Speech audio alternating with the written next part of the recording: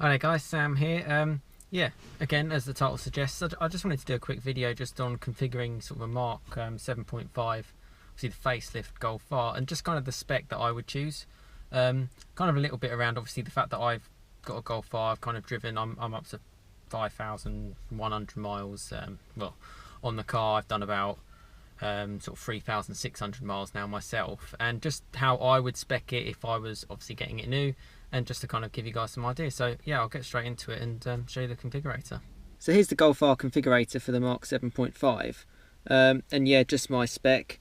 First thing I would do if I was buying this car brand new, I would definitely go for 5 doors. I think that kind of makes it as an all-rounder, and I think that's the first thing I'd kind of start off with. So that's what I'm going to choose. The next thing I would definitely choose is I'd go for the manual gearbox. For me, I do quite a fair amount of miles. I'll kind of clock off around sort of 12,000 miles a year. Mixture of motorway driving and in traffic. The clutch is so light, I would still 100% recommend going for a manual gearbox. Nothing kind of changes my mind on that. I know people have different opinions. You're also saving a fair amount also on sort of this price list, as you can see. Next thing I'd move on to is the wheels. Loads of different options. They brought out a new wheel called this 19-inch Spielberg wheel, which look fine. Kind of reminds me of sort of like I guess a slightly lesser spec Golf. The Pretorias, there's nothing wrong with them, but for me, I really like the Cadiz wheels, and you actually do save quite a bit on tyre costs as well, being on an 18-inch rim. The jump from 18 to 19-inch, the costs do go up a little bit more. I can get a very good tyre for around £100 on the 18-inch wheels. For the 19-inch, I know you can get better rubber, but you're, even for the same sort of like for like, you're paying about 40 quid more for the same tyre. So I would stick with the Cadiz wheels. I think they look great. Paint wise, also I had to kind of think about this. So many people have La Paz blue and it looks great, but I couldn't really go for it. Oryx white, it looks really good, Oryx white. So I'd actually go for red.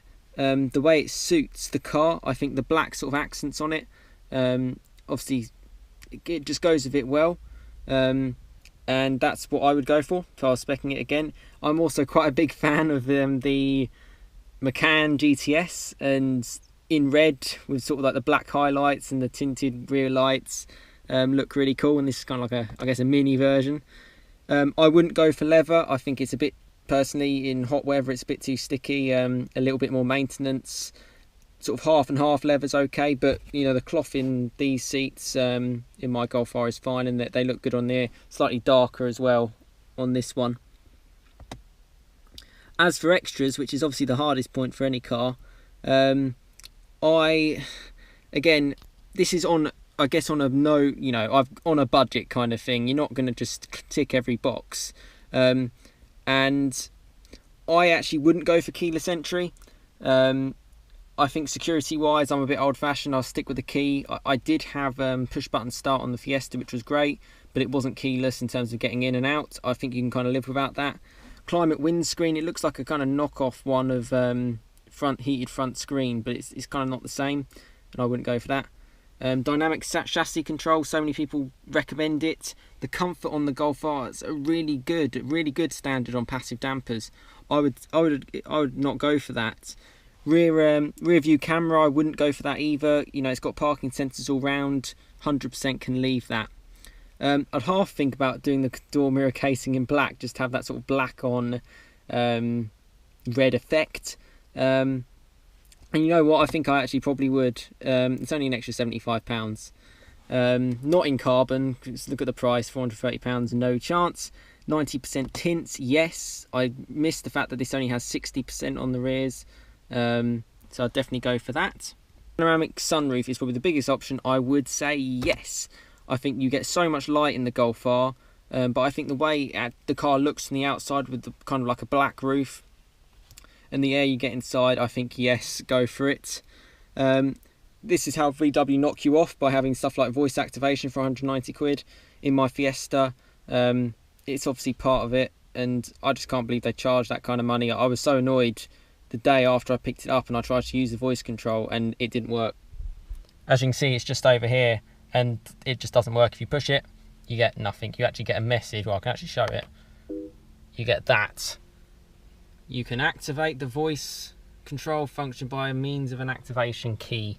So yeah, brilliant. You can charge for that. They'll also charge you for Android Auto as well. So one of my hates, I will probably do a things I don't like about this car, and that's one of them. So I wouldn't go for that. And to be fair, I've gone through the list. Electric seats, I wouldn't go for that. Mud flaps, no chance. Rear roof spoiler, I'd have to see what it looks like, and for £404, a very convenient figure, that'd be interesting. If it looks like anything like the 40th anniversary, I think that'd really set it off. But I couldn't justify it for £400, I don't think. So that's probably what I would go for. So the main options on here, would be the sort of black mirror casing, the panoramic roof, and the tinted glass. So I wouldn't actually go for anything more. The only thing extra would be the pano roof, and even that, if you're on a budget, I could potentially live without. The 90% tinted glass I'd like as well, and obviously the fact that this car's a 5-door I'm speccing. So as an overview, there's your Golf R. Hopefully the picture looks okay. And I just think it looks really, really nice. Really, really subtle. Total, it says 34,835 with £1,445 of options. You would definitely get a discount on that. You could definitely haggle and get a discount down on that car, much closer to 30. And for that, you're getting a ridiculous car. And that's probably around what I would spec it if I was going for it again. Not too much different. An extra set of doors, more tint at the rear, a different colour. Limestone grey looks fine. I know this isn't a metallic option, but I think it looks really nice. I'd stick with a manual gearbox. Yeah, and that's kind of my thoughts. So yeah, I hope you enjoyed this video. Hope it's come out okay. I know I'm kind of just sticking a GoPro at a computer screen here, but yeah, I just wanted to do a quick video. This is my ideas of spec. What you guys would kind of spec it as would be interesting to me, but based on my ownership of the car, that's what I'd go for if I was doing it again. And I think, again, you could get the price down a little bit lower, and for the money, you're getting a fantastic car. Yeah, final thing for me to add, let me know your thoughts on what you would spec for your Golf R. Hopefully this has given you an insight if you are thinking of speccing, and if you had some thoughts on your new Golf R. You certainly wouldn't regret it when you get it. But yeah, leave any comments, like this video if you've enjoyed it, and yeah, otherwise I'll be putting up more videos on my Golf R, and I'll see you again next time. Cheers guys.